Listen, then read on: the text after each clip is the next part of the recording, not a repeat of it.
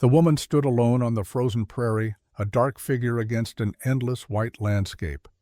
Snow fell in silent sheets around her, coating her shoulders, gathering in the folds of her worn wool coat. In her gloved hands she held a bundle of dried prairie grass, brittle stems that had somehow survived beneath the snow. The wind pulled at her dark hair, streaked now with threads of silver that caught what little light penetrated the heavy clouds above. Before her, a simple wooden cross rose from the snowdrift. The name carved into it had begun to weather the letters, growing shallow with 3 years of wind and rain and sun. Thomas Edward Cooper, beloved husband. The dates beneath spoke of a life cut short at 42. Sarah Elaine Cooper stood without moving her breath, forming small clouds in the frigid air. She did not cry. She had learned long ago that tears froze on your cheeks in weather like this, leaving tracks of ice that burned worse than the cold itself. Instead, she simply stood as she had stood here every Sunday since the earth had thawed enough to dig the grave. The land doesn't forgive Sarah. Thomas had told her that once early in their marriage after a late frost had killed half their calves. But it forgets. He had smiled when he said it, that gentle smile that had made her believe for a brief and precious time that she could be someone other than who she had been. He had been wrong. The land forgot nothing. It buried things, certainly, covered them with snow and grass and years. But beneath it all, everything remained, waiting. She placed the dried grass at the base of the cross, arranged it carefully against the wood. Then she turned and walked back toward the distant buildings of Broken Creek Ranch, her boots leaving the only tracks across the pristine snow. The prairie stretched empty in all directions, vast and indifferent under the December sky. 3 years had passed since typhoid took Thomas Cooper from the world, or so the death certificate stated. 3 years since Sarah had found herself alone on 800 acres of Nebraska grassland with nothing but cattle debts and a past she had spent a decade trying to bury. The people of Cottonwood Springs called her the Ice Widow, though never to her face. She heard it anyway, the way you hear all whispers in a town of 400 souls, where privacy was a luxury no one could afford. They said she had frozen over when Thomas died, that whatever warmth had existed in Sarah Cooper had been buried with her husband. They were not entirely wrong. She rose each morning at 4, regardless of season or circumstance. The routine never varied. Feed the horses, check the water troughs, inspect the cattle, mend whatever needed mending, eat a simple breakfast of coffee and bread, work until the light failed, light a single candle for Thomas, watch the flame until it guttered out, sleep. The ranch hands who had worked for Thomas had left within months of his death. Not because Sarah could not pay them, though money had grown tight. They left because they could not bear to work for a woman who never smiled, who corrected their mistakes with quiet precision, who seemed to require nothing from anyone except competence and silence. Only one remained. A boy, really, though he worked like a man twice his years. William Cooper had appeared at Broken Creek on a cold morning 18 months after Thomas died. He was 15, then thin as a fence post, with copper-colored hair and eyes that held too much knowledge for someone so young. He had asked for work in exchange for food and a place to sleep. Sarah had studied him for a long moment, noting the calluses on his hands, the straightness of his posture, despite obvious hunger, the way he met her gaze without flinching. She had hired him on the spot. In the year and a half since Billy, as everyone called him, had become as much a fixture of Broken Creek as the cottonwood trees that gave the nearby town its name. He worked with quiet dedication, never complained, and seemed to understand without being told that Sarah valued silence more than conversation. But there was something else, something Sarah could not quite name. The way Billy watched her sometimes when he thought she was not looking, a protectiveness that went beyond employee loyalty, a sadness in his eyes that mirrored her own. She had never asked about his past. He had never volunteered it. On the frontier, such restraint passed for respect. The blizzard that would change everything began on the 1st of December, 1875. Sarah woke to an unusual darkness, the kind that came when snow fell so thick it blocked even the faint starlight. She dressed quickly, layered wool and leather against cold. She could already feel seeping through the walls. When she stepped outside, the wind hit her like a physical blow, driving snow into her face with enough force to blind. The cattle were already restless, moving in tight circles in the main corral, their breath creating clouds of steam that the wind tore away.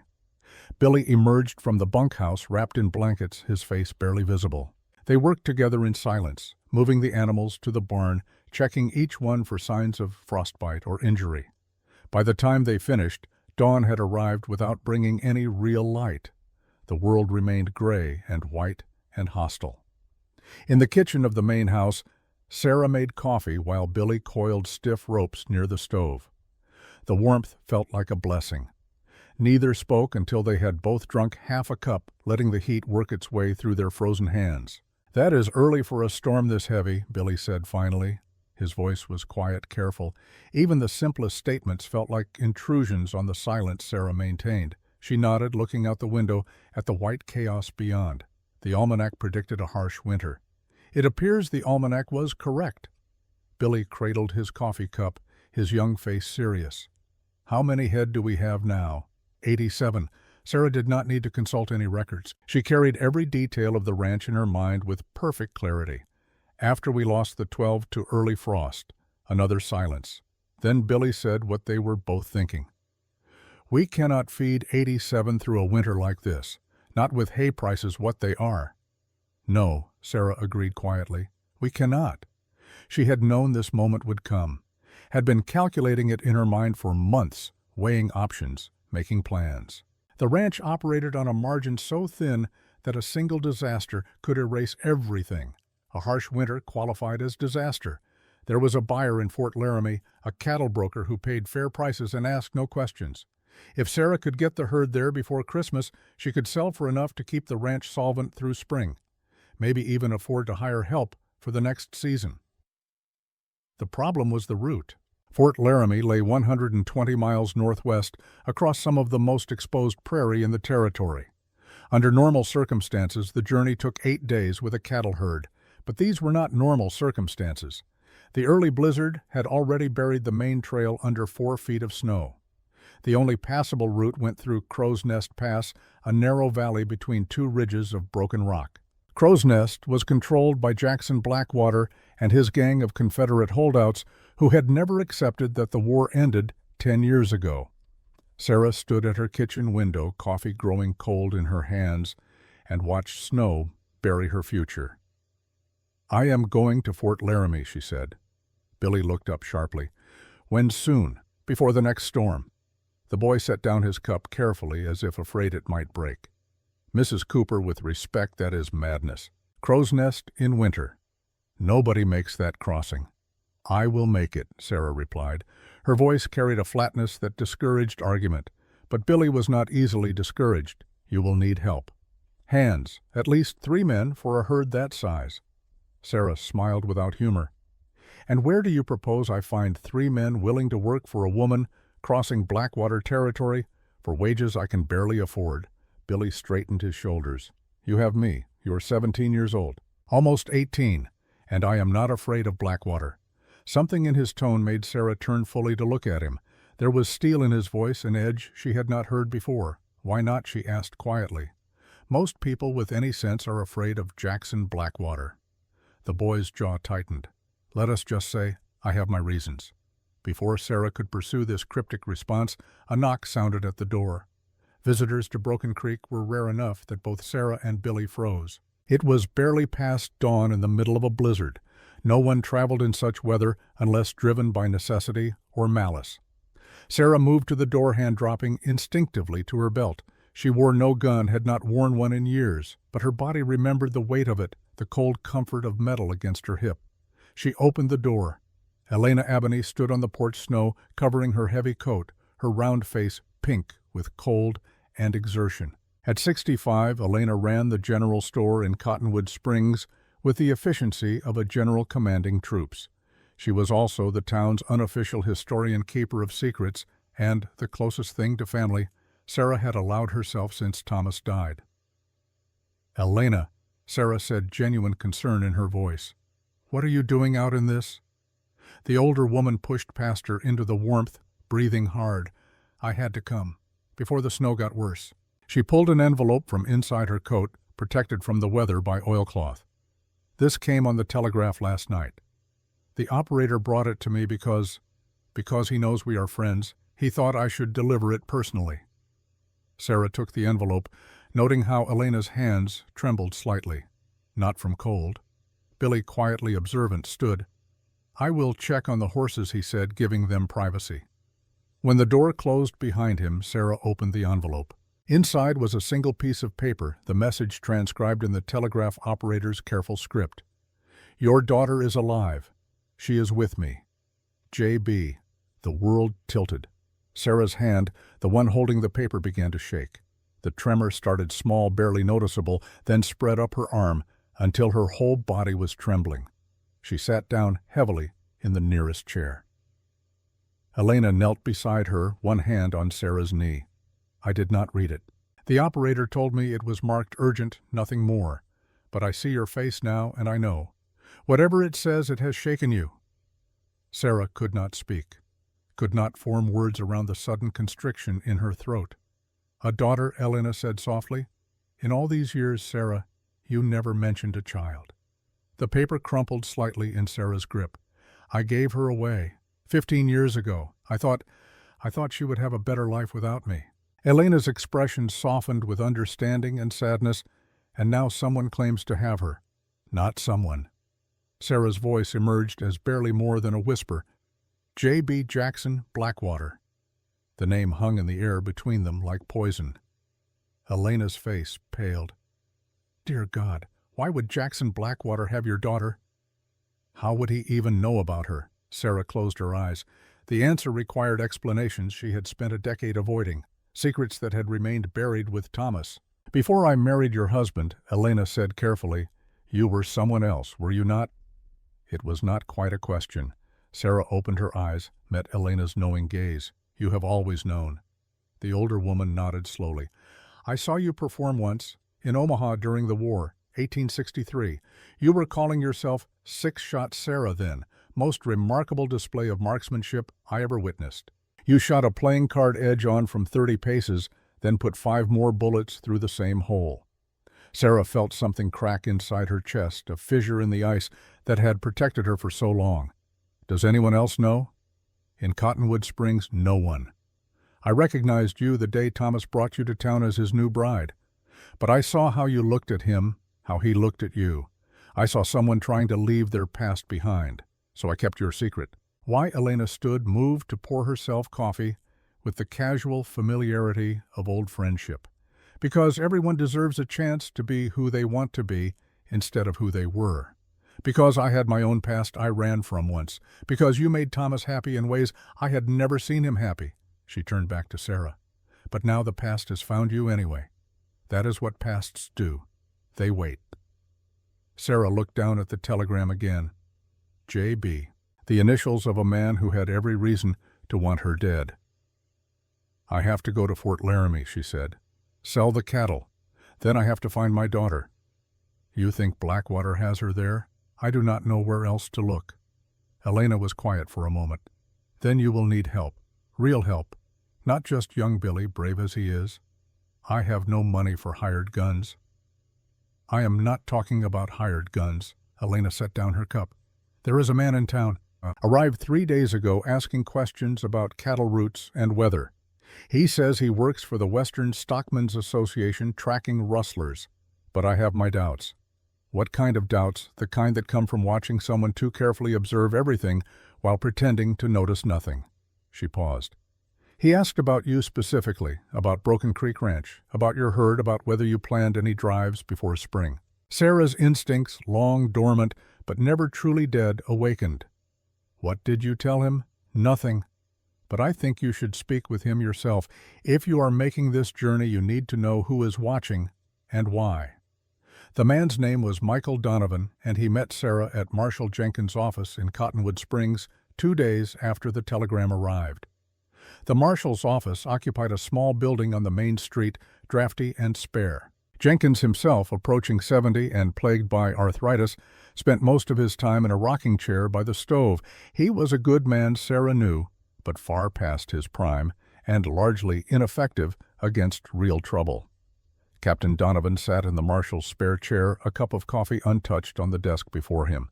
He stood when Sarah entered, and she took a moment to assess him. 45, perhaps. Tall and lean with the posture of military training that never quite faded even years after discharge. His face was weathered in the way of men who had spent too much time outdoors in harsh conditions. Gray eyes that missed nothing. Hands scarred and capable. He wore plain clothes, nothing to indicate wealth or status. But there was something in the way he carried himself, an authority that came from having commanded men in situations where mistakes meant death. "Mrs. Cooper," he said. His voice was measured, careful. "Thank you for coming. Marshal Jenkins said you wanted to speak with me." Donovan gestured to the chair opposite him. "May I be direct?" Sarah arranged her skirts with deliberate precision. "Please, I am tracking Jackson Blackwater and his associates. Have been for the better part of a year. My employers at the Western Stockmen's Association want him arrested for cattle theft, among other crimes." He paused, watching her face. "I understand you are planning a cattle drive to Fort Laramie, through Crow's Nest Pass." "That is my business," Sarah replied coolly. "It becomes my business when civilians enter dangerous territory with valuable livestock. Blackwater has been unusually active lately, 3 herds hit in the past 2 months. Then I will be careful." Donovan leaned forward slightly. "Mrs. Cooper, I do not think you understand the severity of the threat. Blackwater is not a common thief. He is a former Confederate raider who never stopped fighting. He kills people. I am aware of his reputation." Something in Sarah's tone made Donovan pause. He studied her with new intensity, as if seeing her clearly for the first time. "You are not afraid of him," the captain observed quietly. "I did not say that. You did not have to." Donovan sat back. "Which makes me curious. What does a rancher's widow know about men like Jackson Blackwater?" The question hung between them, weighted with implications Sarah was not ready to address. Before she could respond, Donovan added almost casually, "I knew your husband." Sarah felt the temperature in the room drop. "What?" "Thomas Cooper. We served together, briefly." "Where, Virginia?" 1864. He was...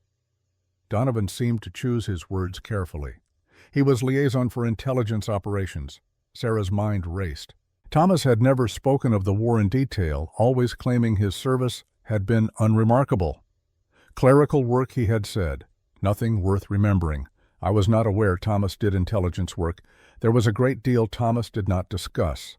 Donovan's gray eyes held hers, including, I suspect, certain details about his wife's past. The words landed like stones in still water. "I do not know what you mean," Sarah said carefully. Donovan reached into his coat, withdrew a folded newspaper clipping. He placed it on the desk between them. Sarah did not need to unfold it to know what it showed. The headline was visible, even creased. "Six-Shot Sarah performs for Union troops. Exhibition sharpshooter raises funds for military hospitals." "How long have you known?" she asked quietly. "Since the day I rode into Cottonwood Springs." Donovan's voice held no accusation, only statement of fact. "You have aged well, Mrs. Cooper, but I saw you perform in Chicago, summer of '63. You were extraordinary." Sarah felt the ice that had protected her for so long beginning to crack in earnest. "Does anyone else know? Just me? And I have no intention of exposing you." "Then what do you want?" Donovan folded the clipping, tucked it away. "I want to help you reach Fort Laramie safely. In exchange, I want your help finding Blackwater." "Why would I help you with that?" The captain's expression shifted, became something harder. "Because Jackson Blackwater killed your husband, Mrs. Cooper, and I think you know that as well as I do." The accusation should have shocked her.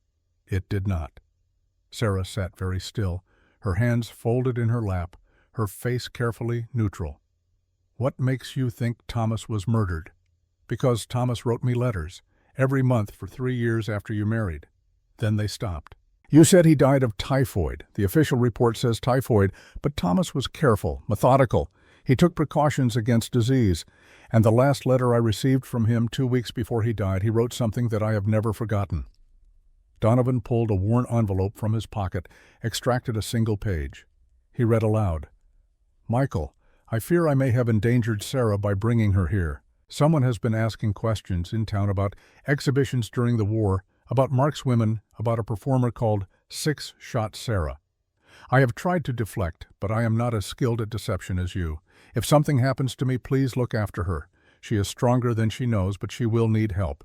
Your brother Thomas." Sarah closed her eyes. Donovan continued, his voice gentle now. "I arrived 3 weeks after he died. Too late to do anything but stand at his grave and wonder why my only brother had to die alone." He folded the letter carefully. "So I am going to ask you again, Mrs. Cooper, what happened to Thomas?" For a long moment Sarah said nothing. The truth sat in her throat like broken glass, sharp and dangerous. Finally she spoke. "He was murdered. 3 men rode up to the ranch one evening. I was inside. I heard voices, then a gunshot. When I ran out, they were gone. Thomas was on the ground. He died before I could get help. Did you see the men? No. They were already riding away. But you know who sent them." Sarah met Donovan's gaze. "I suspect, but I have no proof." "Blackwater." "Yes. Why would he target Thomas specifically?" "Because," Sarah said quietly, "Thomas knew who I really was.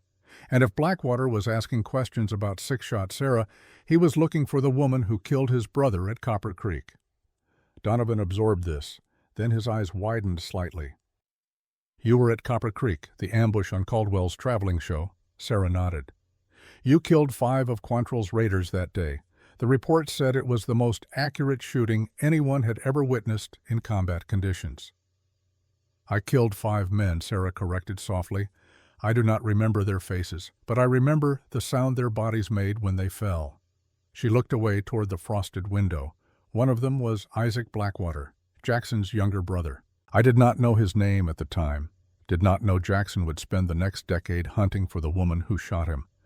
But Thomas paid the price for that ignorance." Donovan was quiet for a long moment. Then he said, "I am sorry for what you lost, for what my brother lost protecting you." Sarah felt something shift inside her, a small movement in the ice. Your brother Donovan nodded. "Thomas and I shared a father. Different mothers, but the same blood. He was the better man." "Why did Thomas never mention you?" "Because I asked him not to. After the war, after what I did in the name of intelligence work, I was not someone Thomas wanted to claim as family. But he wrote to me anyway, kept me informed of his life, his marriage, his hope that he could give you the peace you deserved." The captain's voice roughened slightly. "I failed him, but I will not fail you." Sarah studied him, this stranger who claimed brotherhood with her dead husband. She saw grief in his eyes that matched her own. "If I agree to your help," she said carefully, "it is not charity. You will be paid. I do not want your money, Mrs. Cooper. Then what do you want? Justice for Thomas. And perhaps redemption for myself." Before Sarah could respond, the office door opened. Billy entered, snow dusting his shoulders. "Mrs. Cooper," he began, then stopped when he saw Donovan. "Oh, I am sorry. I did not know you had company." "That is all right, Billy." Sarah gestured to Donovan. "This is Captain Michael Donovan. He is going to help us with the drive to Fort Laramie."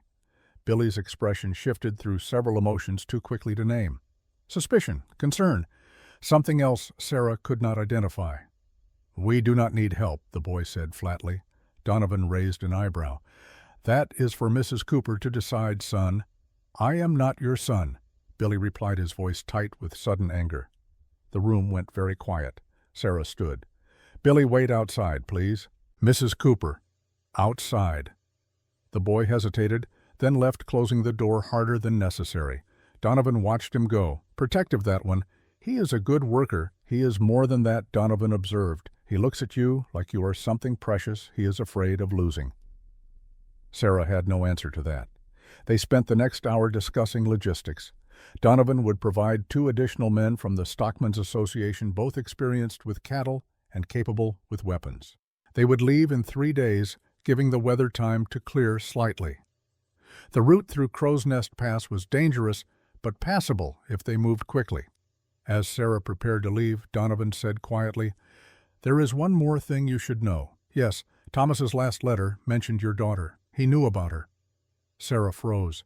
"He never told me he knew," she said. "I suspect he was waiting for you to tell him yourself. But he wrote that he understood why you made the choice you did.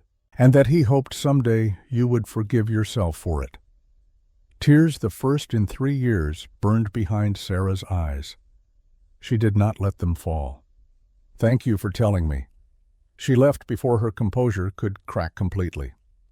That night, Sarah sat alone in Thomas's study. The room remained exactly as he had left it. Books on the shelf, papers on the desk, a half-carved piece of wood that would never become whatever he had intended. She opened the small box where she kept his wedding ring. The gold band gleamed in the lamplight. She had stopped wearing it the day he died, unable to bear the weight of it, the reminder of what she had lost. Thomas had proposed on a warm evening in Omaha. They had known each other only 3 months, but he had looked at her with such certainty. "Sarah, I do not care who you were. I only care who you want to be. And if that is my wife, then I am the luckiest man alive." She had said yes because she wanted desperately to believe him, to believe she could be Sarah Cooper instead of Sarah Mitchell, that she could bury Six-Shot Sarah and all the ghosts that came with that name. But Thomas had been wrong. You could not bury the past without burying yourself. And now the past had returned, demanding payment for her years of running. Sarah closed the box, stood, moved to the bed. Beneath it sat the trunk she had not opened in 3 years. The lock had grown stiff with disuse. She worked it carefully until it clicked open. Inside, folded carefully, were dresses from another life. Stage costumes in bright colors she never wore anymore. Programs from shows in cities she had tried to forget. And beneath it all, wrapped in oiled cloth, the Colt revolver with pearl grips.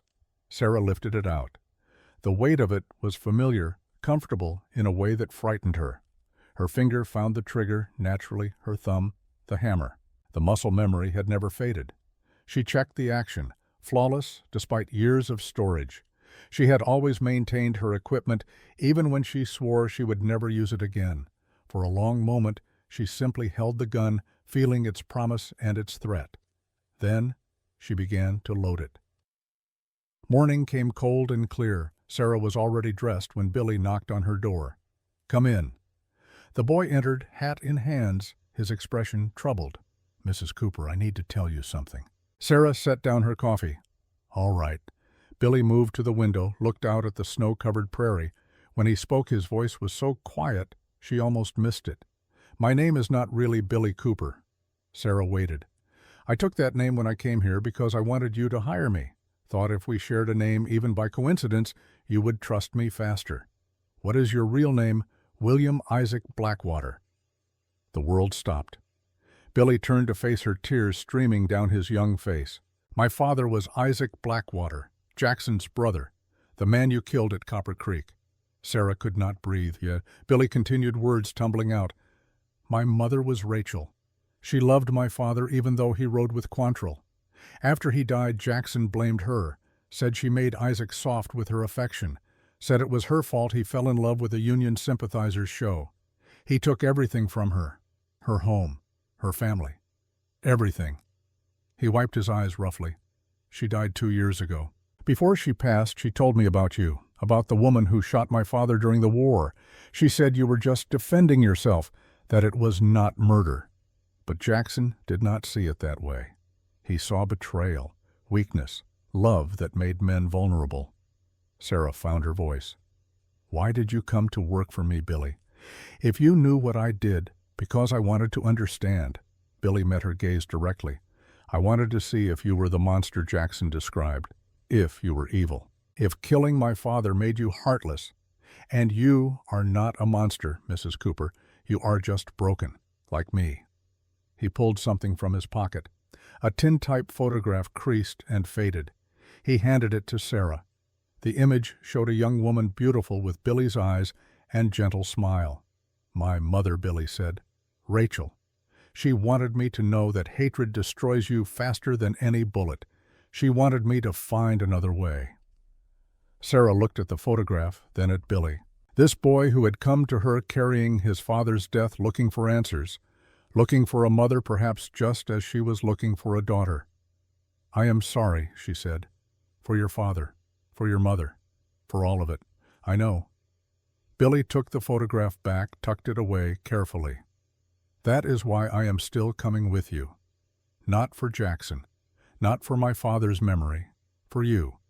Because you gave me work when I had nothing. Because you treated me like I mattered.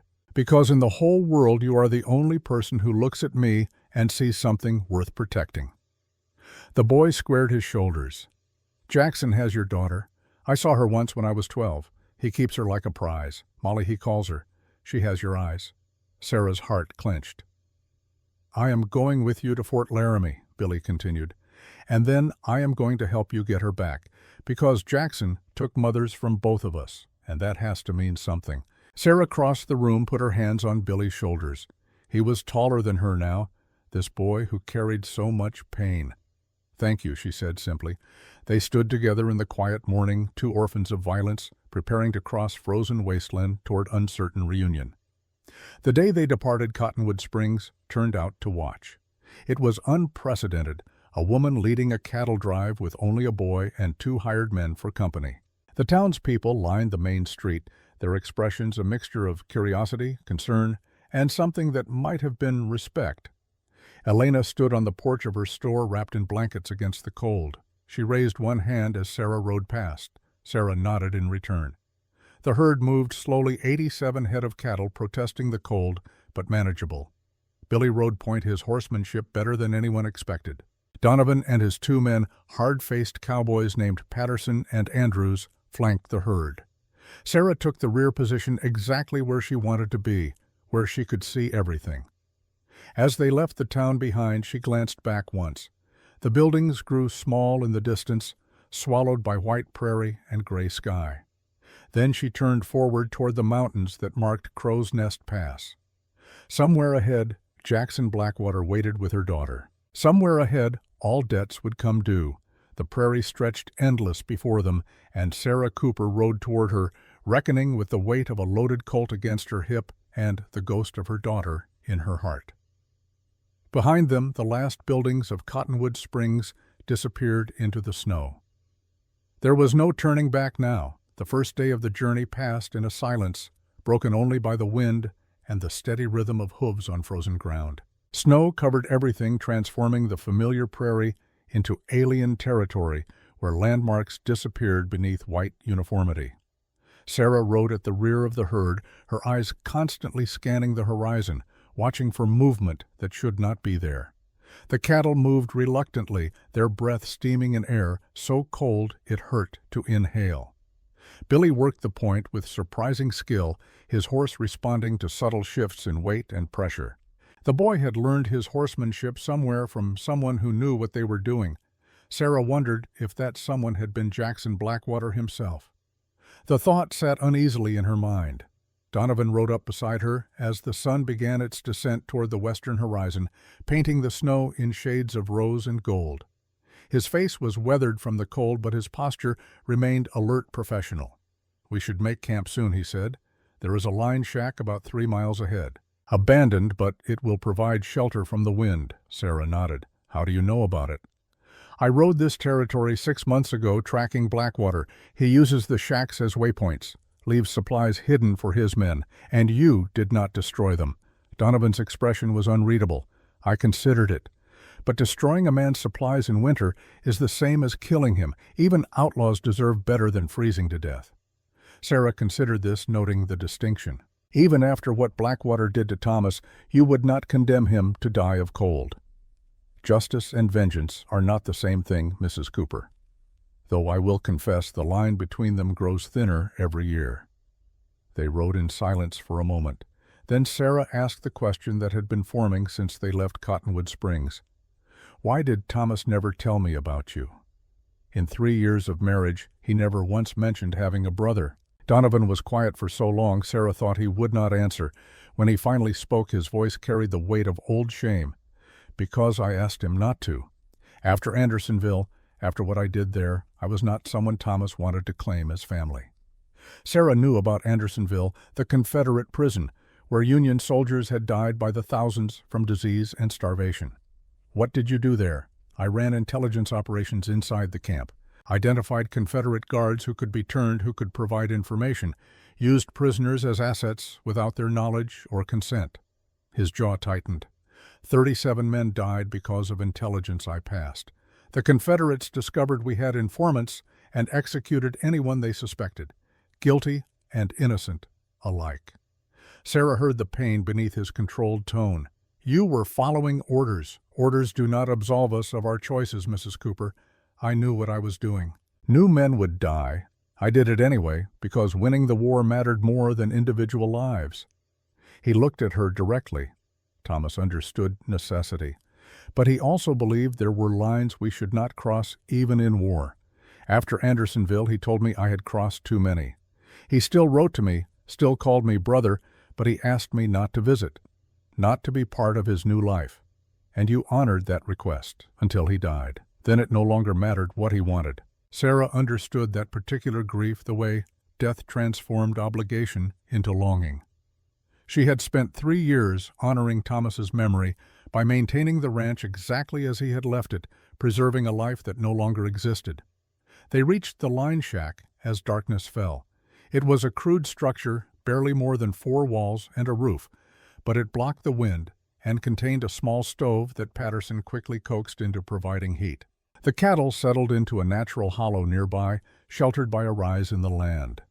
Billy and Andrews took first watch, while the others prepared a simple meal of beans and hardtack. Sarah sat near the stove, feeling warmth return to her fingers. Donovan sat across from her, cleaning his rifle with methodical precision. Patterson dozed in the corner, his hat pulled low over his eyes. "Tell me about the telegram," Donovan said quietly, "the one from Blackwater." Sarah pulled the crumpled paper from inside her coat.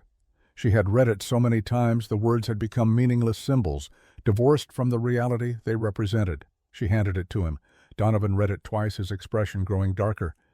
"When did you give her up?" "Your daughter, 15 years ago, St. Louis. She was 3 days old, and you never went back." Sarah closed her eyes. "I told myself she would have a better life.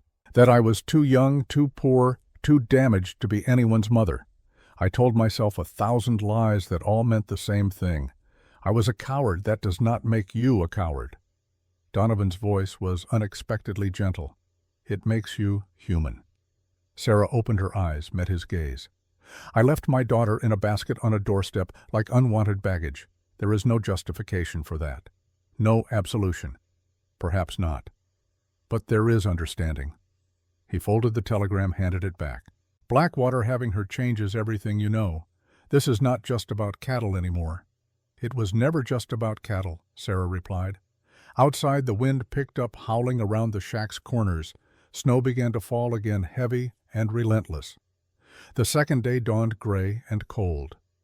They broke camp before sunrise, driven by the need to make distance before the next storm arrived. The weather was deteriorating faster than expected, even for December in Nebraska. Billy rode beside Sarah for part of the morning. The boy was quiet, his young face serious as he watched the herd. Finally he spoke. "Mrs. Cooper, can I ask you something?" "Of course. Why did you really come west after the war? I mean, you were famous. You could have gone anywhere, done anything."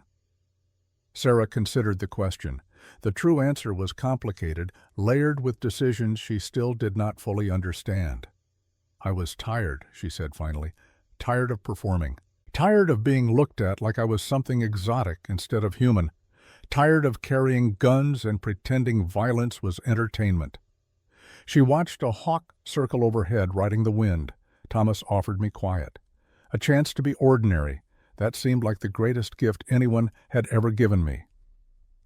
"But you were not ordinary," Billy observed. "You were just pretending. We are all pretending something, Billy. The question is whether the pretense serves us or destroys us." The boy absorbed this. Then carefully he asked, "Do you think my father was pretending?" When he rode with Quantrill, Sarah looked at him, this child of her violence, searching for truth about a man she had killed without knowing. "I think war makes monsters of us all," she said quietly. "Some of us find our way back to being human afterward. Some of us do not. Your father died before he had the chance to find out which he would have been." Billy nodded slowly. "My mother said he was kind when they met, that he laughed easily, that Quantrill changed him. War changes everyone," Sarah agreed. They rode in silence after that, each carrying their own ghosts. By midday, the temperature had dropped noticeably. Sarah could feel the pressure change, the particular quality of air that preceded a major storm. She called a halt, gathered everyone together. "We need to find shelter," she said. "Real shelter, not just a line shack." Donovan consulted a map he kept in oiled cloth. "There is a box canyon about 5 miles north, rock walls on 3 sides. If we can reach it before the storm hits fully, we can ride it out." Sarah studied the sky. The clouds were the color of old bruises, heavy with snow, waiting to fall. 5 miles in this weather, with cattle. "It is either that or get caught in the open," Donovan replied. "I have seen winter storms in this territory. They kill quickly." Sarah made the decision. "We go north." They pushed the herd harder than was wise, driving the cattle at a pace that risked injury. But the alternative was worse. Sarah could already feel the storm building, a wall of cold moving toward them from the northwest. The first flakes began falling as they entered the canyon. Within minutes, visibility dropped to near zero. The world became a white chaos of wind and snow and the panicked lowing of cattle. Sarah dismounted, used her weight to help guide the confused animals deeper into the canyon's protection. Billy worked beside her, his slight frame braced against the wind. Together, they managed to get the herd into a tight group against the canyon wall, where the rock provided some shelter. Donovan and his men secured the horses, rigged a tarp between 2 rock faces to create a crude shelter. By the time they finished, the storm had reached full fury. Inside the makeshift shelter pressed together for warmth, they waited. The blizzard raged for 18 hours. Sarah lost track of time. Day and night became meaningless in the constant darkness of wind-driven snow. The tarp overhead snapped and strained, but held. The small fire they managed to maintain provided minimal heat, just enough to prevent frostbite. Patterson and Andrews took turns checking the cattle coming back each time coated in ice, faces raw from the wind.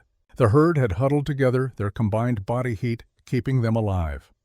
Billy slept fitfully, his head resting against Sarah's shoulder. She let him, remembering how Thomas used to fall asleep sitting up after long days of work, trusting her to watch over him. Donovan sat across from her, awake and alert despite the hours. In the firelight, Sarah could see the family resemblance to Thomas. The same line of jaw, the same way of holding stillness. "You loved him," she said, not a question. Donovan's eyes met hers. "He was my brother. Of course I loved him. But you stayed away when he asked." "Because I loved him." Donovan's voice was rough. "Thomas deserved better than what I had become. Better than the man who could sacrifice 37 lives without hesitation. He found that better life with you. You resent me for that." It was a statement, not an accusation. Donovan was silent for a long moment. Then quietly he said, "I resented that Thomas found peace when I could not. That he escaped the war while I remained trapped in it. But no, I did not resent you specifically. Until he died. Until he died defending you from a past you brought with you." The words hung between them, sharp and true. Sarah did not flinch from them. "You are right. Thomas died because of who I was, because I ran from consequences instead of facing them, because I thought I could bury Sarah Mitchell and no one would ever dig her up." She looked down at Billy's sleeping face. "I have spent 3 years telling myself it was not my fault, that I could not have known Blackwater would find me, but that is another lie. I always knew the past would come. I just hoped it would wait until after I was dead." Donovan studied her. "And now I stop running." The simple declaration seemed to shift something in the small shelter. Donovan's expression softened slightly. "Thomas wrote in his letters that you were the strongest person he knew. At the time I thought it was just a husband's bias, but I see now what he meant." "I am not strong," Sarah countered. "I am just tired of being afraid. Perhaps those are the same thing." Outside, the wind continued its assault, but inside the shelter something approached understanding. When dawn finally came, the world was transformed. Snow had buried everything under 6 feet of white perfection. The sky had cleared to a blue so intense it hurt to look at directly. They spent hours digging out the cattle, checking for injuries or frostbite. 3 of the animals had died during the night, frozen despite their huddling. Sarah marked the loss grimly. Every animal represented money she needed survival she could not afford to lose. But 84 head remained. Enough if she could get them to Fort Laramie. The storm had cost them nearly 2 days. They pushed on, moving through a landscape that bore no resemblance to any map. The snow had erased trails, filled gullies, created new terrain from old landmarks. On the 3rd day after the storm, they reached the eastern approach to Crow's Nest Pass. Sarah called a halt on a rise that overlooked the narrow valley. From here she could see the pass stretching between 2 ridges of dark rock, a natural bottleneck perfect for ambush. Donovan rode up beside her, his expression grim. "If Blackwater is going to hit us, it will be here." Sarah scanned the ridges with experienced eyes. She saw nothing, no movement, no flash of metal or color that would betray human presence. But that meant nothing. A good ambush remained invisible until it was too late. "We have no choice," she said. "This is the only route. We could turn back, wait for spring." Sarah thought of the telegram in her coat, of a daughter she had abandoned 15 years ago, of time running out in ways she could not quite name. "No," she said. "We go forward."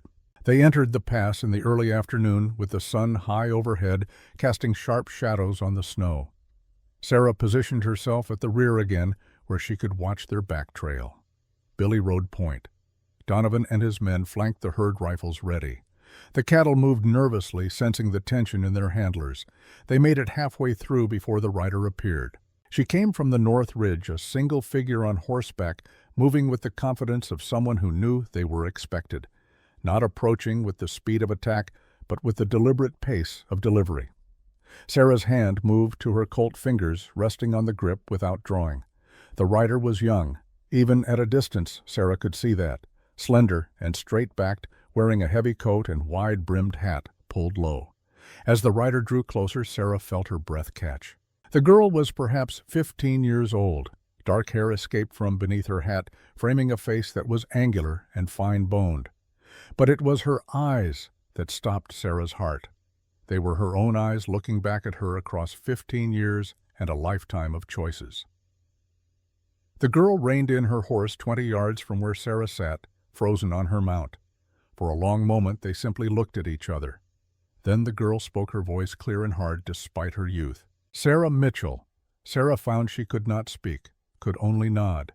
"I am Molly Blackwater. Jackson sent me. He wants to talk."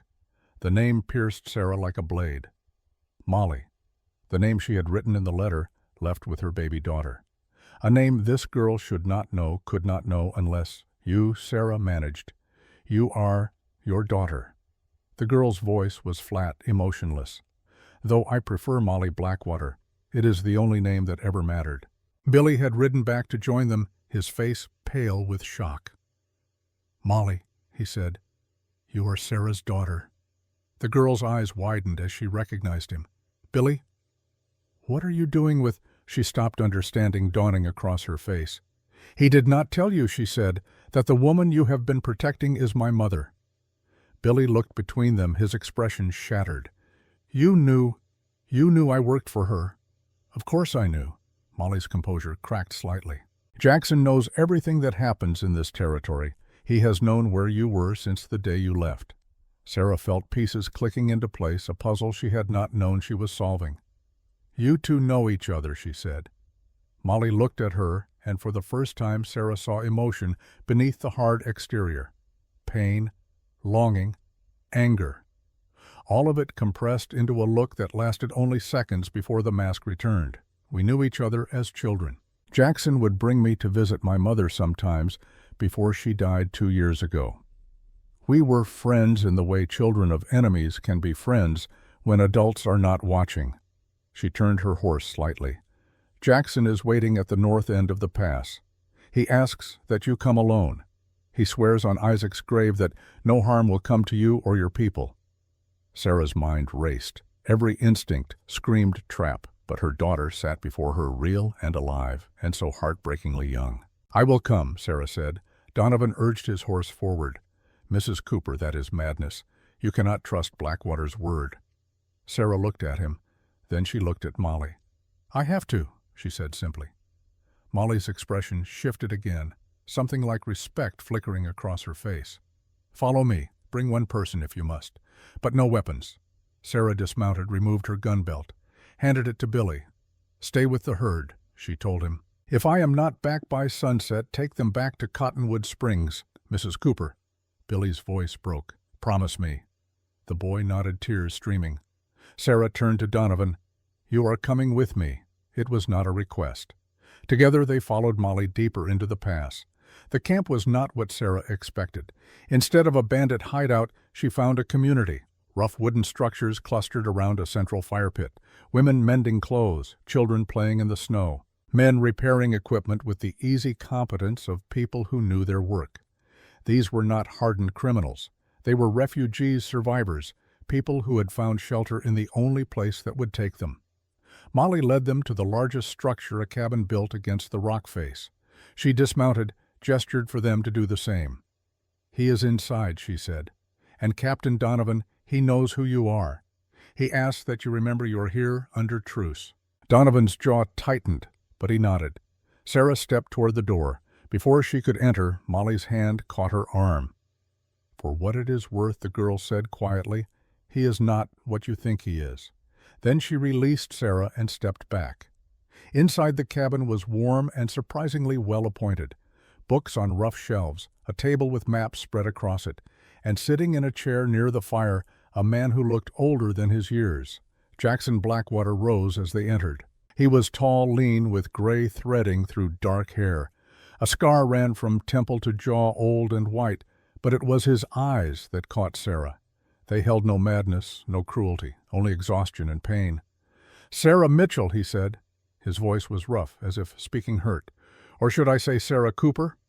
Sarah faced him, this man who had killed her husband, who held her daughter. You asked to see me. I am here. Blackwater gestured to chairs. Please, sit. Neither Sarah nor Donovan moved. Blackwater smiled slightly, still cautious. Good, you should be. He returned to his chair, and Sarah saw what she had missed before, the way he moved carefully, as if his body hurt, the pallor beneath his weathered skin, the handkerchief he held spotted with blood. You are ill, she said. Blackwater nodded. Consumption. The doctors give me 6 months, perhaps less. He looked at her directly. That is why I sent for you, not for revenge, not to kill you, but because Molly deserves better than to be left alone when I die. Sarah felt the world tilt. You want me to take her? I want you to try. Blackwater corrected. She is fierce and angry and brilliant. She will not make it easy. But she is your daughter, and she deserves to know the woman who gave her life, even if that woman abandoned her. The words were brutal, but not unkind. Sarah sat down slowly. Why did you kill Thomas? Blackwater was silent for a moment. When he spoke, his voice carried genuine regret. Because he helped the Union win the war that killed my brother. Because his intelligence work led to the ambush at Copper Creek. Because I needed someone to blame, and he was there. He met Sarah's gaze. It was not justice. It was revenge. And it solved nothing. Donovan stepped forward. You admit to murder. I admit to many things, Captain Donovan. Blackwater's smile was bitter. Theft. Violence. Treason against a government I never acknowledged as legitimate. Murder is simply one item on a very long list. Then you will hang, Donovan said flatly. Eventually, Blackwater agreed. But not today. He turned back to Sarah. Your daughter does not know the whole truth. She knows you left her. She knows I raised her. She knows you killed Isaac. But she does not know why you left her, or that Isaac was more complicated than the hero I made him in her memory. What do you want from me? Sarah asked. Time, Blackwater said. A few days where she can see you as you are, where she can decide for herself whether you are worth forgiving, whether I was right to keep her from you all these years. And if she decides I am not worth forgiving, then you will take your cattle to Fort Laramie, sell them, and return to your ranch. And I will die knowing I gave her the choice I never had. Sarah studied him, this dying man who had shaped her daughter into someone Sarah did not know. You loved her, she said quietly, raised her as your own. Blackwater's expression softened in a way that transformed his face. She is all I have left of Isaac, his legacy, the only good thing to come from all that death. His eyes met Sarah's. I stole your husband from you. It is only fair you have the chance to steal my daughter." The brutal honesty of it left Sarah breathless. Outside, voices raised in alarm. Molly burst through the door, her face urgent. "Jackson riders coming from the east. 20 men. Federal marshals." Blackwater stood, winced at the pain the movement caused. "How far? An hour, maybe less." He turned to Sarah and Donovan. "You need to leave, now, before they see you here." "Why would marshals be coming here?" Donovan demanded. "Because I am wanted," Blackwater said simply. "Murder, theft, 20 years of warrants." He looked at Molly with such tenderness it hurt Sarah to witness. "Take them back to their herd. Make sure they get clear before the marshals arrive." Molly's face went white. "You are going to fight them." "I am going to do what I have always done," Blackwater said gently. "That is not an answer." Molly's voice broke. "It is the only answer I have." Sarah stood. "There is another way. Surrender. Stand trial." Blackwater laughed, then coughed. Blood flecked his lips. "And what, hang in a month instead of dying in 6? At least this way, I choose my end." Sarah moved closer to him, close enough to see the fever in his eyes, the resignation. "What about her?" Sarah gestured to Molly. "If you die today, if you go down fighting, she will spend the rest of her life hating herself for not being reason enough for you to live." The words landed like bullets. Blackwater looked at Molly. The girl stood, frozen tears streaming down her face. "Please," she whispered. "Please do not leave me." For a long moment Blackwater said nothing. Then slowly he sat back down. "What do you propose?" he asked Sarah. Sarah's mind raced, calculating angles and possibilities. She looked at Donovan. "You said you wanted justice for Thomas. Here is your chance. Blackwater surrenders, stands trial. You get your justice without more bloodshed." Donovan's expression was conflicted, and in exchange, amnesty for his people. Sarah gestured toward the camp outside. "They are not criminals. They are families, refugees, people who had nowhere else to go." Blackwater watched her with new interest. "You would plead for my people. After what I did to Thomas, I would plead for my daughter not to lose another father," Sarah replied. "Even if that father is you." The cabin fell silent. Finally Blackwater spoke. "I will consider it. But first, you and Molly need time together. Real time. Not this." He stood again, addressed Donovan. "The marshals will not leave without me. That gives us perhaps 2 days before they force a confrontation. Use that time to do what Donovan asked. To let a mother and daughter find each other," Blackwater said. "Or at least try." As Marshal Hartford and his men prepared to depart with Billy in their custody, Donovan drew Sarah aside. "I will be leaving as well," he said quietly. "My work here is done." Sarah felt an unexpected pang. This man, Thomas's brother, had become something like family in the brief time they had traveled together. "What will you do now?" Donovan looked toward the horizon where the prairie stretched endless and empty. "Find another promise to keep. There are always people who need protecting." He extended his hand. Sarah took it. "Thank you," she said, "for Thomas, for all of it." "He loved you very much," Donovan replied, "more than he ever found words to express. I see now why." He mounted his horse, then paused. "I will check on you from time to time, letters, if nothing else, to make sure you and Molly are well. I would like that." Donovan tipped his hat, a gesture so like Thomas it made Sarah's chest ache. Then he rode east with the marshals disappearing into distance and dust. Sarah stood watching until even the dust had settled. That night Sarah sat with Molly by a fire, separate from the main camp. The girl had led her here without speaking, her young face closed and wary. They sat in awkward silence, the fire crackling between them. Finally, Sarah spoke. "Tell me about him." "Isaac, the man I killed." Molly looked up sharply. "Why?" "Because I do not remember his face." Sarah's voice was steady. It was chaos, gunfire, screaming. "I just fired. He fell. I did not know he was anyone's brother, anyone's lover, anyone's father." She paused. "I am sorry, Molly. I am so sorry." Molly stared into the fire. "Jackson told me Isaac was reckless, that he got himself killed, but I needed someone to blame. And you were easier than the truth." "What is the truth that war steals everything?" Molly's voice was small. "Fathers, mothers, choices." She looked at Sarah, really looked. Did you ever want to keep me? Sarah felt tears hot against her frozen cheeks.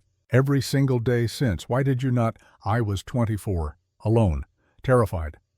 I told myself you deserved better than a traveling performer with no home and no future.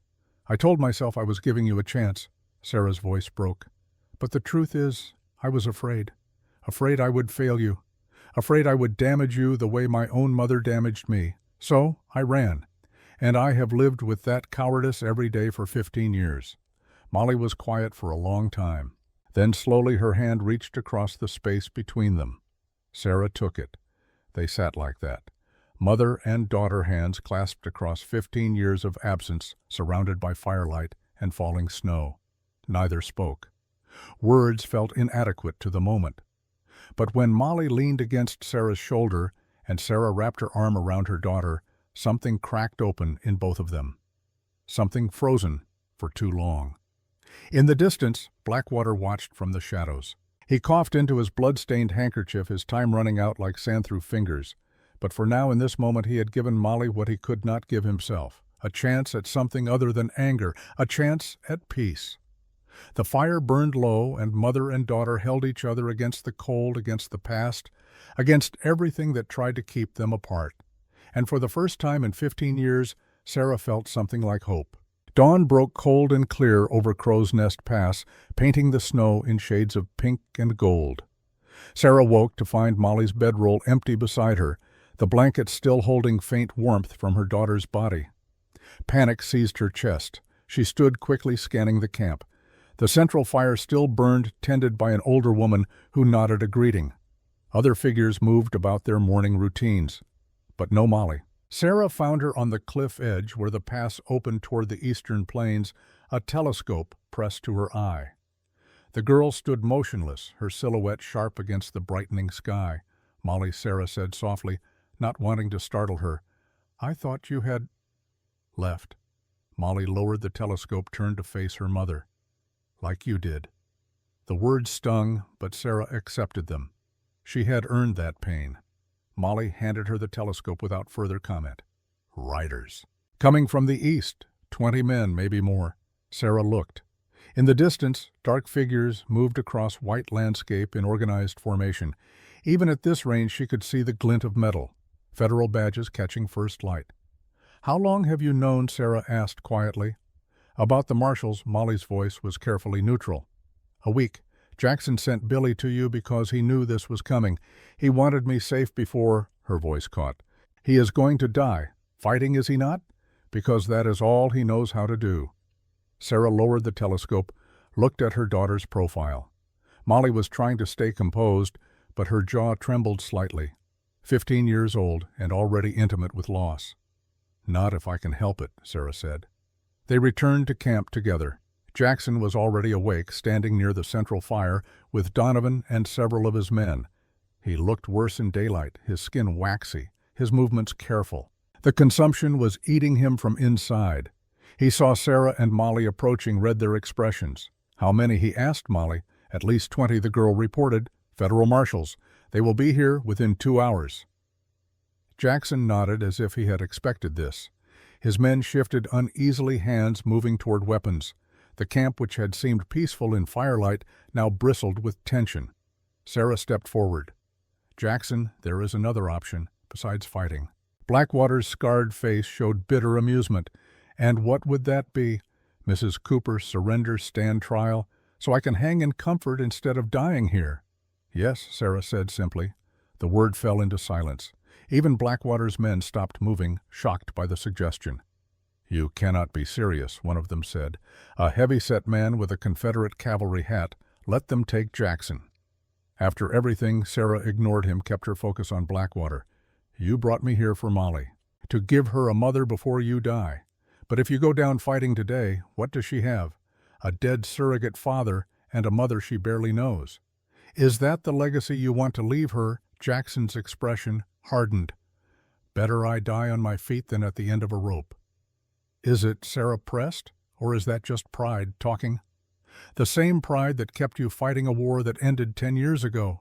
Blackwater took a step toward her, anger flashing in his fevered eyes. "You know nothing about what I fought for, what I lost. I know you lost.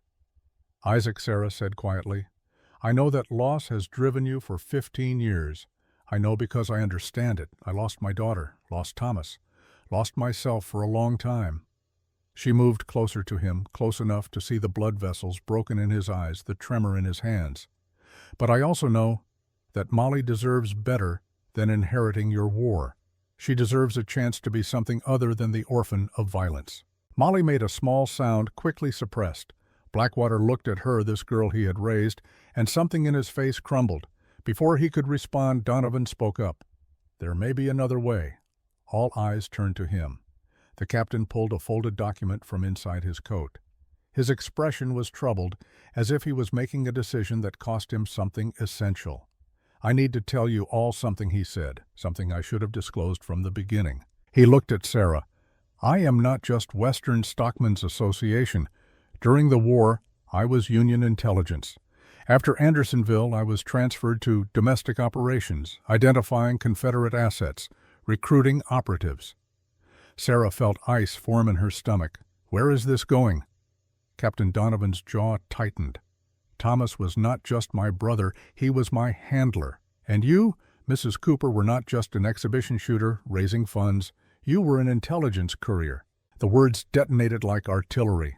Sarah staggered back as if physically struck. What, Thomas recruited you in Omaha? Summer of '62. He told you it was simple courier work passing packages between towns while you performed. But those packages contained intelligence reports, troop movements, supply line information, everything we needed to strangle the Confederate war effort. No, Sarah whispered. No, that cannot be true. But even as she denied it, memories surfaced. Thomas appearing at her dressing room, the packages she delivered without asking questions, the money that seemed too generous for simple courier work, the way Thomas always knew her schedule, her routes, her contacts. Blackwater's voice cut through her shock. Are you saying Thomas Cooper used his wife as a spy? Without her knowledge? Not without her knowledge, Donovan corrected, looking at Sarah. You knew what you were doing, Mrs. Cooper. Maybe not the full extent, but you knew it was intelligence work. Sarah's legs would not hold her. She sat down heavily on a nearby log. Donovan continued, his voice carrying the weight of confession. The ambush at Copper Creek, Quantrill's raiders did not attack your show randomly. They were there because we leaked intelligence, suggesting the show was carrying dispatches. We wanted to draw them out, eliminate their leadership. Sarah's hands shook. You used us as bait, yes. And Isaac Blackwater died because of that operation. Donovan looked at Jackson. Yes, I am sorry. But those were the calculations we made. Individual lives weighed against ending the war. Jackson's face had gone white. His hand moved to his gun, but Molly stepped between him and Donovan. Wait, she said urgently. Just wait. Jackson looked at her, clearly struggling for control. They murdered Isaac, used him to bait a trap. They were fighting a war, Molly said quietly. The same war you are still fighting. The same war that has cost us everything. She turned to Sarah, her young face anguished. Did you know, when you shot my father, did you know he was being used? Sarah forced herself to meet her daughter's eyes. Number one. I swear to you, Molly, I knew I was passing intelligence. But I did not know about Copper Creek, did not know it was a trap. I just saw raiders attacking civilians, and I defended us. Her voice broke. But Donovan is right about one thing. I knew enough. I made choices. And those choices led to your father's death.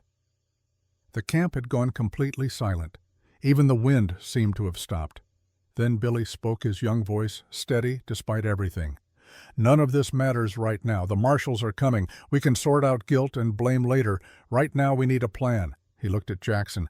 My mother told me Isaac's last words were, tell Jackson to let go. She never knew what he meant, but I think he meant this. Let go of the hate. Let go of the fight. Let go before it kills everyone you love. Jackson turned to the boy he had raised. Billy, I loved my father, Billy continued, even though I never knew him. But I love you too, Jackson. You gave me a home when I had nothing, and I love Molly, which means I cannot watch you die today for pride. He stepped forward, but, surrender, please, do not make us bury you too. Sarah watched Jackson's face, saw the war being fought behind his eyes. Pride versus love. Vengeance versus mercy. The man he had been versus the man he might still become. Finally, he spoke. Even if I wanted to surrender, why would the marshals accept terms I am wanted for murder? They will hang me regardless.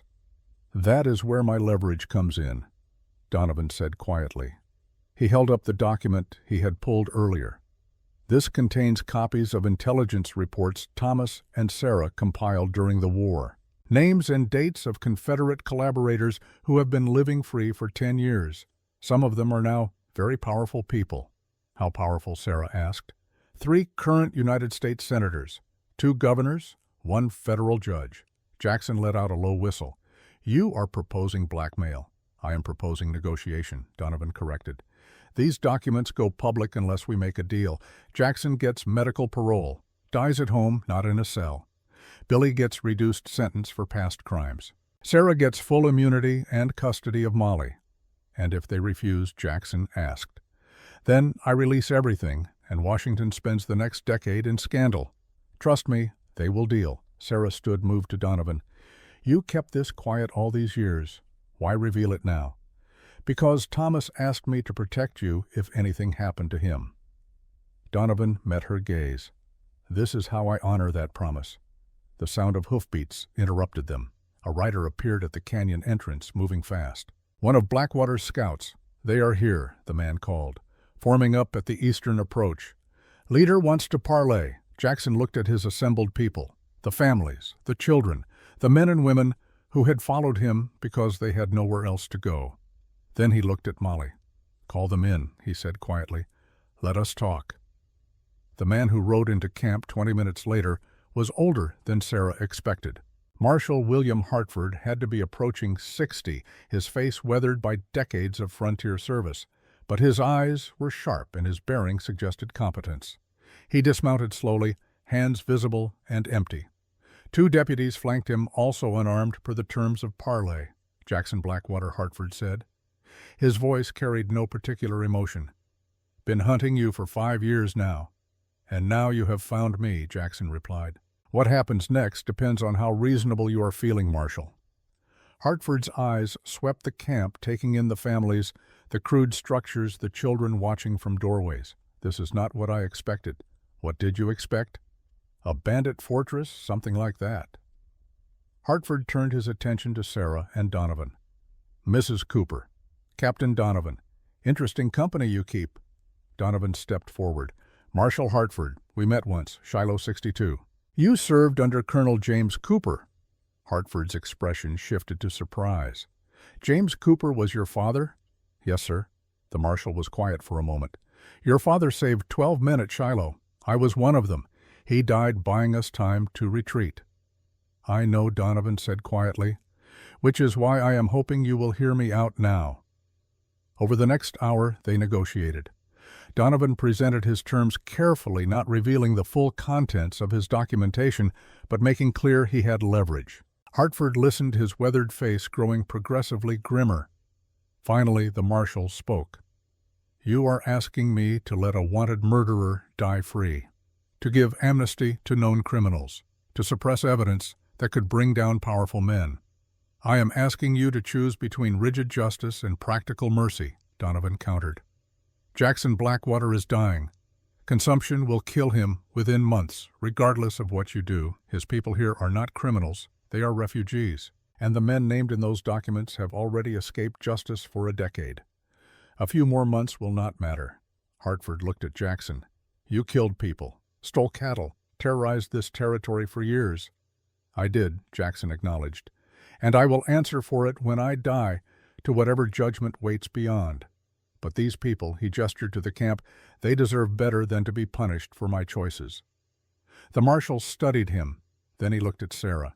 Mrs. Cooper, you understand what you are asking, taking custody of Blackwater's ward, taking responsibility for someone raised by an outlaw. She is my daughter, Sarah said simply. I abandoned her once. I will not do it again. Hartford sighed deeply. He looked old, suddenly tired of making impossible decisions. I cannot make this call alone, he said. I need to consult with my superiors. How long? Donovan asked. A day, maybe 2. Blackwater coughed blood, speckling his handkerchief. I may not have 2 days, Marshal. Then we better work quickly. As Hartford prepared to leave, Billy stepped forward. Marshal, I have something to add. The boy's voice was steady, but Sarah heard the tremor beneath it. My name is William Isaac Blackwater. I am wanted for robbery in Kansas and horse theft in Missouri. I did those things. I own them. Sarah's heart clenched. Billy, no. But Billy continued looking at Hartford. Take me instead of Jackson. He is dying anyway. I am young. I can serve time, get out, have a life. Jackson cannot. Hartford studied the boy. How old are you, son? 17, almost 18. Billy, Molly said urgently. Do not be stupid. The boy turned to her, his freckled face earnest. I love you, Molly. I always have. Since we were kids. This is how I prove it. He looked back at Hartford. 3 years. That is what I am asking for. 3 years in exchange for Jackson's freedom. Sarah moved to Billy, put her hands on his shoulders. You do not have to do this. Yes, I do, the boy said quietly. You gave me a home when no one else would. Let me give you this. Hartford watched the exchange with something like respect. 3 years, he said finally. Rebuilding work in towns damaged by the war, not prison, but labor. Agreed, Billy nodded. Hartford looked at Donovan. And the documents remain sealed unless you try to go back on this arrangement, Donovan replied. The marshal considered, then nodded slowly. All right. Medical parole for Blackwater. 3 years labor for the boy. Amnesty for the camp. And Mrs. Cooper gets custody of her daughter. He mounted his horse. But understand this. If Blackwater breaks parole, if any of his people cause trouble, the deal is void. Clear. Clear, Jackson said. Hartford rode away with his deputies, leaving the camp in stunned silence. Jackson turned to Billy. You did not have to do that, son. Yes, I did, Billy replied. You gave me a father when I had none. This is how I repay that debt. The two embraced, and Sarah saw tears on both their faces. That night, Sarah sat alone on the cliff edge, looking out at the vast darkness of the prairie. The stars were brilliant, overhead cold and distant. She heard footsteps behind her. Molly settled beside her, not quite touching, but close enough that Sarah could feel her presence. They sat in silence for a long time. Finally, Molly spoke. Tell me about the day you left me. Sarah closed her eyes, let the memory surface fully for the first time in 15 years. You were 3 days old. Perfect. Tiny fingers that gripped mine so tightly. You had my eyes even then. She paused. I held you for an hour, just held you, memorizing your face. Then I put you in a basket with a letter and a locket containing my picture. I walked you to a wealthy neighborhood in St. Louis and left you on a doorstep. Did you look back? No. I was afraid if I looked back I would not be able to leave. Molly was quiet. What did the letter say? Sarah's voice broke. It said, her name is Molly. Please love her. Please give her the life I cannot. It was not enough. Nothing would have been enough. The girl reached out, took Sarah's hand. Jackson found me 2 days later. The family had taken me to an orphanage. He said when he saw me, saw my eyes, he knew I was Isaac's daughter. Some resemblance he recognized. Sarah looked at her. Did he tell you that you were Isaac's? Molly nodded. When I was 12, he said my father was a hero who died in the war, that my mother had abandoned me, that he was all I had. He was not entirely wrong. No, Molly agreed, but he was not entirely right either. They sat together, mother and daughter, hands clasped, watching stars wheel overhead. What happens now? Molly asked quietly. I do not know, Sarah admitted. We have never done this before, being family. Neither have I, Molly said. Not really. Then we learned together. 6 months later, spring had transformed the Nebraska prairie. Snow had given way to grass-brown earth to green abundance. The harsh winter that had nearly killed them all was just memory now, fading like a bad dream in warm sunshine. Sarah stood in the doorway of Broken Creek Ranch watching Molly work with a young mare in the corral. Her daughter had taken to ranch life with surprising ease, her skills with horses translating from Blackwater's camp to this new home. The months since Jackson's death had been a slow healing. Sarah and Molly learned each other gradually, carefully, like two wild things deciding whether to trust. There were still hard days, moments when Molly's grief overwhelmed her or when Sarah's guilt threatened to pull her under. But there were good days, too. Days when they worked side by side without speaking, comfortable in shared silence. Days when Molly called her mother without hesitation. Days when Sarah felt something like peace settling over Broken Creek. Elena had become a constant presence, visiting weekly, with supplies and news and gentle wisdom. The older woman seemed to take special pleasure in watching Sarah and Molly together, as if witnessing something she had long hoped for but never quite believed would happen. "You are building something good here," Elena had said just last week, standing on this same porch watching Molly gentle a skittish colt. "Thomas would be so proud." Sarah had not been able to answer, but Elena had squeezed her hand and understood. Billy had written twice from Kansas, his letters brief but warm. The work was hard, he said, but good. He was helping rebuild a schoolhouse in Lawrence. The children there reminded him of himself and Molly, he wrote, lost, looking for home. "Tell Molly I think about her every night," the last letter had concluded. "Tell her to wait for me. Tell her I am coming home." Sarah had read that passage to Molly, watched her daughter's face transform with emotion too complex to name. Love and fear mingled in equal measure. A rider appeared on the Eastern Trail, Donovan making his weekly visit to check on them. He had taken it upon himself to serve as guardian of sorts, honoring his promise to Thomas, even though Thomas was long gone. He dismounted in the yard, removed his hat. "Mrs. Cooper, how is she today?" Sarah smiled. "Stubborn, independent, brilliant. She is herself. Good." Donovan looked toward the corral where Molly was coaxing the mare over a low jump. "She has her mother's determination, and her father's recklessness," Sarah added. "Which father? Both, probably." They stood in comfortable silence for a moment. Then Donovan said quietly, "I heard from Hartford. Jackson is fading fast. Maybe a week or two left." Sarah's chest tightened. "Does Molly know I thought you should tell her?"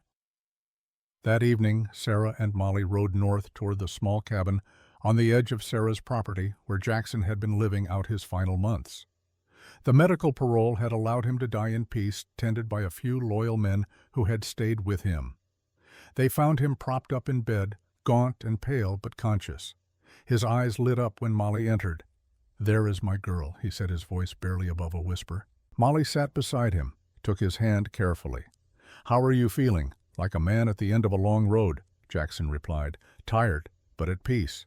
He looked at Sarah standing in the doorway. "Thank you for taking her, for giving her what I could not." "You gave her plenty," Sarah said quietly. "Strength, courage, survival skills." Jackson smiled slightly. "I gave her my damage.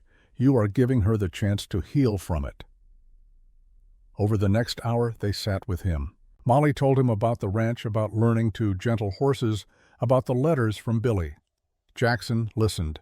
His breathing labored, but his attention focused entirely on her. As the light began to fade, he said, "Molly, I need to tell you something. Anything. Isaac would have been proud of you. Not because you can shoot or ride or survive, but because you have a capacity for forgiveness that he never had, that I never had." He coughed, the sound wet and terrible. "Do not waste your life on my war child. Build something new. Be something I could not be." Molly leaned down, kissed his forehead. "I will try." "Good." His eyes closed, his breathing slowed. 4 months later, as autumn turned the prairie gold and red, Jackson Blackwater died quietly in the small cabin on Sarah's land, in a quiet spot overlooking the prairie he had fought for and terrorized in equal measure. Molly stood between Sarah and Donovan, dry-eyed and straight-backed. A handful of Jackson's men attended, rough men made gentle by grief. They spoke of his loyalty, his courage, his complexity. Sarah listened and understood that Jackson had been more than the man who killed her husband. He had been a brother, a leader, a father to the lost. After Molly asked to be alone at the grave, Sarah honored that request, watching from a distance as her daughter stood in the wind, saying goodbye to the only father she had known. The journey to Fort Laramie had concluded without further incident after the marshal's intervention. The cattle broker had paid premium prices for the 84 head that survived the crossing, recognizing their excellent condition despite the harsh journey. Sarah had walked away with enough money to clear 3 years of accumulated debt, repair the ranch buildings before winter, and purchase breeding stock for spring. Broken Creek Ranch was secure. The gamble had paid off. But the real treasure Sarah brought home was not measured in dollars. It was the girl who now rode beside her, learning the land, learning to be her daughter.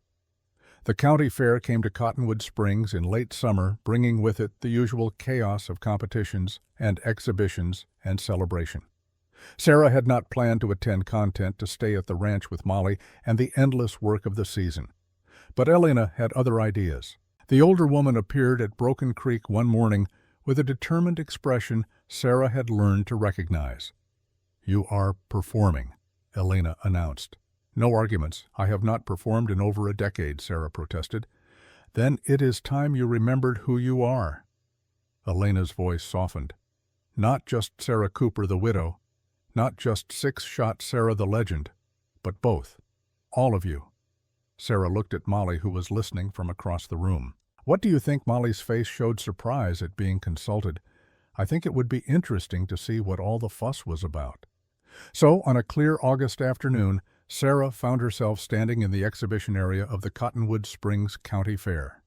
A crowd had gathered, drawn by Elena's enthusiastic promotion and small-town curiosity.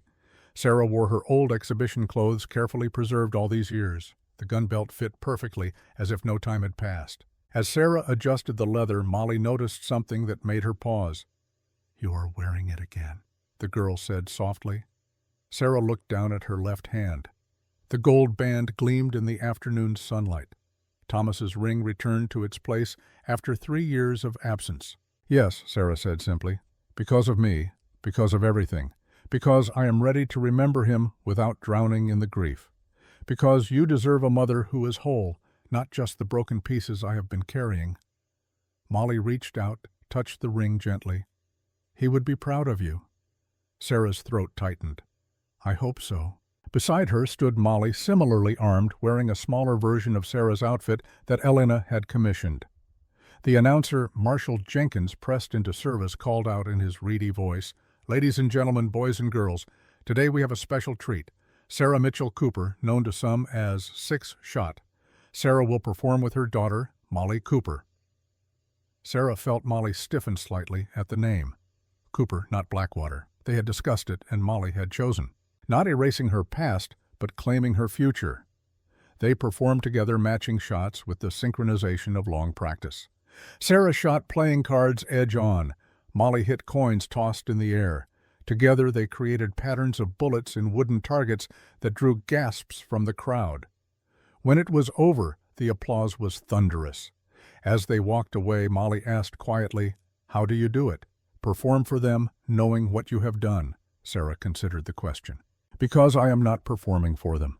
I am performing for me, for Thomas, for Isaac, for everyone I have loved and lost." She looked at her daughter. "And for you. So you know it is possible to be more than one thing. Killer and mother, spy and wife, broken and whole." Molly took her hand. "I am proud to be your daughter." Sarah stopped walking, her eyes suddenly bright with tears. "Say that again."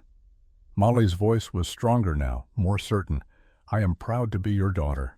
They embraced in the middle of the fairground, surrounded by strangers and noise and the smell of summer grass. Mother and daughter reunited across 15 years and a lifetime of regret. That evening, as the sun set over Broken Creek Ranch, Sarah sat on the porch with Molly beside her. Donovan had joined them for dinner, along with Elena and Marshall Jenkins. They talked of small things, the weather and cattle prices and town gossip. But underneath it all, Sarah felt something she had not felt in years. Contentment. Not happiness exactly. The past was too heavy for that. But a sense of rightness, of being where she was supposed to be. Molly leaned against her shoulder, comfortable now, with physical affection. In the distance, a hawk circled on thermal currents, riding the wind. Sarah thought about Thomas, buried under cottonwood trees. About Jackson laid to rest overlooking endless prairie. About Isaac dead 15 years in a war that never really ended for those who fought it. She thought about Billy serving his time in Kansas, working toward redemption. About all the choices that had led to this moment, the mistakes and the mercies in equal measure. Thomas had been wrong about one thing. The prairie did not forget, but perhaps it did something better. It absorbed, took in all the blood and tears and violence, and somehow impossibly made things grow. Sarah looked at her daughter at this miracle she did not deserve, but had been given anyway. Molly felt her gaze looked up. "What are you thinking? That Thomas told me once everyone deserves a second chance at the life they want?" Sarah replied. "I am only now beginning to understand what he meant." "And what life do you want?" This one Sarah said simply. "Right here, with you." Molly smiled, and in that smile Sarah saw forgiveness, acceptance, and the promise of something like peace. The sun sank below the horizon, painting the sky in shades of orange and purple. The prairie stretched endless in all directions, ancient and patient, and somehow, despite everything, still beautiful. Sarah Cooper sat on her porch with her daughter beside her, watching darkness gather. For the first time in 15 years, she did not light a candle for ghosts. The dead would always be with her, their weight carried in her bones. But she had learned finally how to carry that weight without being crushed by it. Tomorrow would bring new challenges. The ranch to run, Molly to raise, Billy to welcome home eventually, a future to build from the ruins of the past. But tonight Sarah allowed herself simply to be, not running, not hiding, not pretending, just Sarah, mother and widow, killer and protector, legend and ordinary woman, all of her finally whole. The stars emerged overhead, brilliant and cold and eternal. The wind whispered through the cottonwood trees, and somewhere in the vast darkness of the prairie, the echoes of old violence faded into silence, leaving only this, only now, only love found again after being lost so long. Sarah closed her eyes and breathed deeply of the night air, and for the first time since Thomas died, she felt at peace. The end.